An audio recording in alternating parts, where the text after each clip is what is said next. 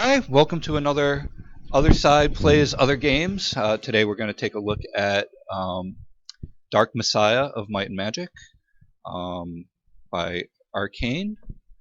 With me today, I'm Chris Siegel, senior producer. With me today, I have Paul Neurath, uh, founder, Tim Stelmach, lead designer, and Scott Kimball, who is another one of our designers. I just know him as Scott.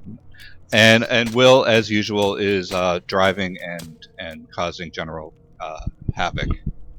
So one of the things that we wanted to look at today is the combat system that Dark Messiah has implemented. Yeah, this is a game that was specifically recommended by more than one person our uh, on our forums, uh, with respect to the melee combat in particular. And definitely, having just played it a little bit myself, it does have some interesting ideas. There's some things about it as well that I think um, I would probably do differently. But we're gonna get into that in depth as we go, I think. So, anyone else have any sort of lead-ins here, or should we just jump right into to Will hacking up the furniture? It's a game about the that's now we see what the game is really about. Is Will starts kicking things. This is the. It seems like a game that really divides critics to some extent, where a lot of the ideas in the melee combat system are really praised, but then it depends a lot on how you feel about kicking. Which really there's a dedicated kick button. It is treated like one of the core verbs in the game, um, and a lot of that, however, comes out of this interest that the game clearly has in physics based action, which is whether you think that what was once called the Adventures of Sir Kix-a-Lot Deathboot is really successful or not. Like that motivation is something that I really enjoy. Like to see here, Will knocking these guys over with this crane.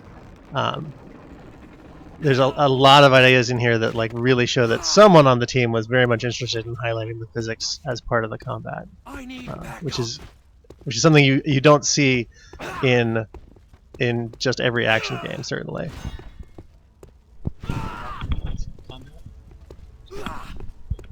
Okay, so basically, there's a few moves that you can do as I'm fighting these two guys. They're limping a little bit because I injured them. So you have your fast attacks that you can do, which are really quick. You can also do some special attacks where if you're holding back and you press and hold the main attack, you do a lunge, which, if aimed correctly, can really kill a guy. The other attacks are to the sides, so I can do to the left side, I can swipe from the left, and then from the right I can do a bit of an upper slice, which really takes a chunk out of people. Now, are those side attacks, are those contextual based on your motion, or is it something else there? It's basically based on my motion. So in order to do that side attack, I have to hold the strafe right, and then like hold the strafe right, and then hold the mouse button for about half a second, and then let go of both, and then he does his thing. So in the middle of battle, that's basically a good way to break people's defenses, to use special moves like that, and to use their heavier attacks to get them weakened. Yeah, one thing about that I like a great deal, which accords a lot with what I've been thinking about for controls in Underworld Ascendant, is the way that it reduces the number of core verbs, right? Like there is the dedicated button for kick, but for the most part, like you have a variety of moves that are contextually overloaded on a small number of controls. On the one hand, that means that doing a particular thing intentionally can be a little opaque for starting users, but as long as starting users can play with the system and get acceptable results, that's something that a lot of your capital F fighting games, going all the way back to say Street Fighter, are very notable for, is being able to overload a wide variety of actions contextually onto a small number of controls. So there's an interesting mastery curve there for players in a way that is still accessible for people just picking up and playing.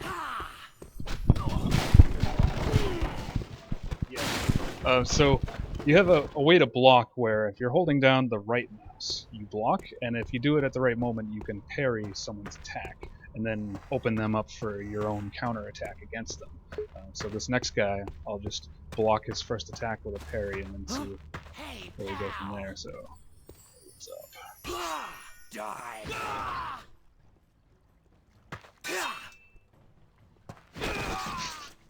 So yeah, blocking and parrying opens them up for any kind of my attacks, so I can do a heavy attack after parrying. So, are there any skills that the character has that give you additional types of attacks? Yes. So there's a few extra attacks. So this is the combat skills tree. So there's 3 different skill trees.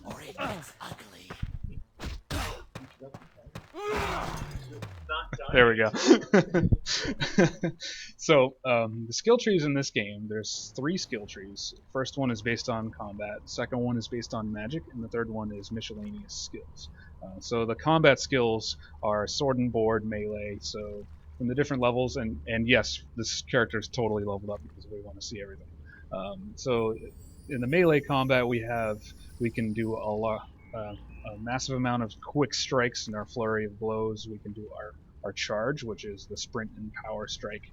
That's where I hold forward, and then we also have disarming, which I haven't been able to do yet.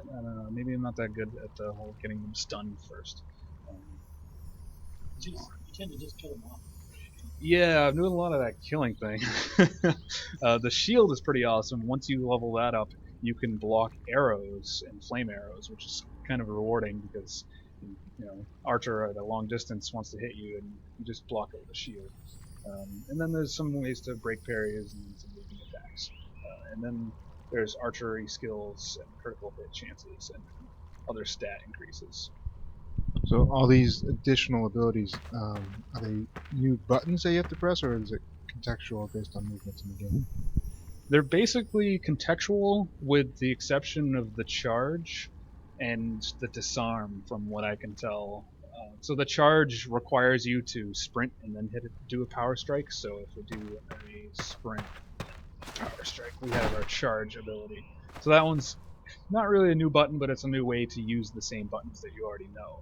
And the same thing with the disarm. The disarm probably takes a little bit of skill. I'll probably be able to pull it off. I'll try it. We'll see. That'll be Will's stretch goal for this hour, is successfully disarming a guy before you're done killing him. Though, I mean, one thing that'd be interesting to see about that that I try to look for in these systems, right, is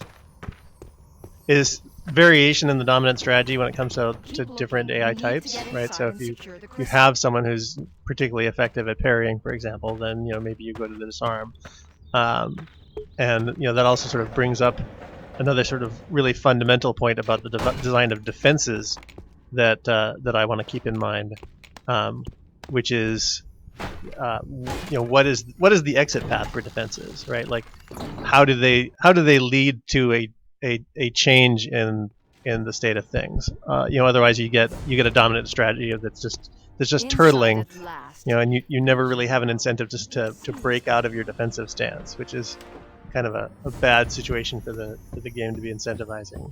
And here in parrying, for example, we see the way that it sets you up for counterattack creates a very strong incentive to not sort of stay in that turtling state. You're a dead man. What is that you're? Did you? Or is that okay? I thought I was hoping it was a butter churn actually, but I'm gonna make the game that's all about fighting with butter churns. Yeah. Oh, yeah. Yeah. All right. So here we can't go through this game without kicking someone into a spike wall. And this is kind of where the game kind of stumbles for me, is the extent to which it shows its like, this is a contrivance, right? Like, why do they even have one of these? And there's quite a lot of spike walls in this game. Now, like, obviously, like, there's the motivation, like, if you have this kick maneuver and you really want it to be effective to knock guys around the environment. Again, like sort of gets back to what I was saying about defenses, right? Like, what's the exit strategy, right? Like, are you pushing him back for some end, or are you just going to push him back and then he's going to reapproach and then you push him back again, right? So you can sort of see where the spike walls come from, and there's other things that serve some of the same function, like open fires or dangerous drops and stuff.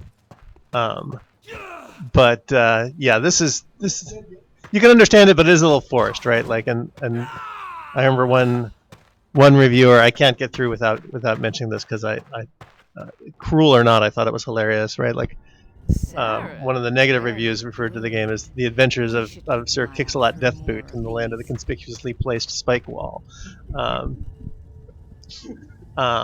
which is too bad, really, right? Like, because there is an interesting variety here in this combat system, and one of the pitfalls I think that we learn to watch out for is when you have a single maneuver that creates a dominant strategy like that. No matter how much, it's understandable. It comes out of this interesting dedication to physics-based action play, and so like why and how this emphasis on kicking occurred makes a lot of sense.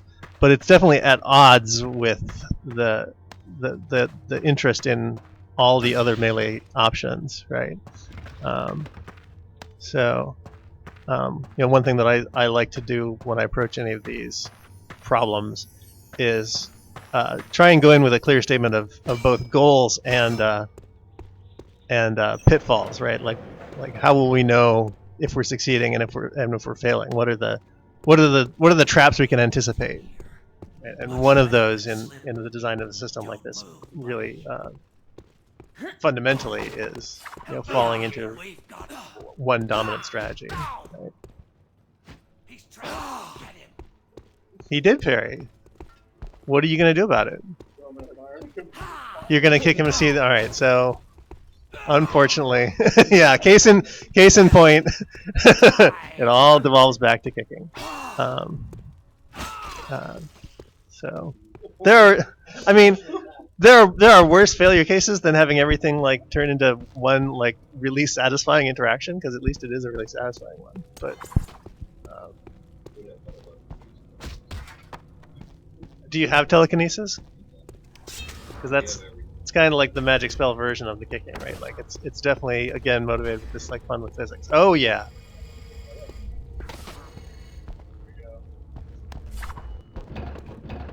You're not going to use the burning corpse to go kill other guys?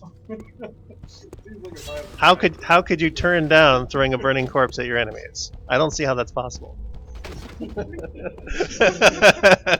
I mean, see what I'm saying? It is really satisfying.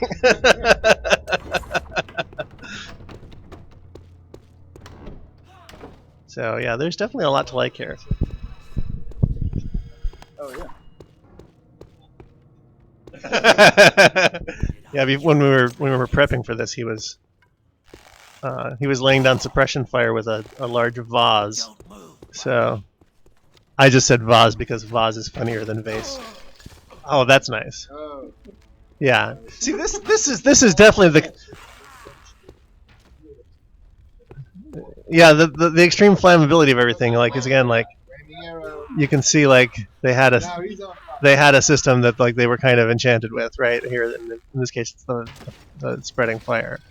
But yeah, being able to like knock stuff down and like whack guys with falling objects, like this is really valuable stuff. Like and you can sort of see like a real interest in this like physics and simulation based gameplay that has a lot to do with the kind of stuff that we always were interested in at Looking Glass. So definitely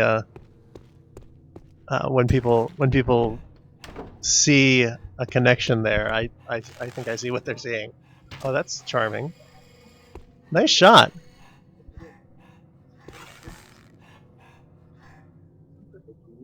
I'm just wondering how they're doing the climbing locomotion, because that is traditionally a challenging pathfinding problem.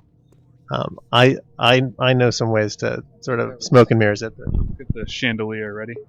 All right, here we go. The chandelier. Go. Oh, I see. Yeah. Yeah. On the other hand, though, like that guy was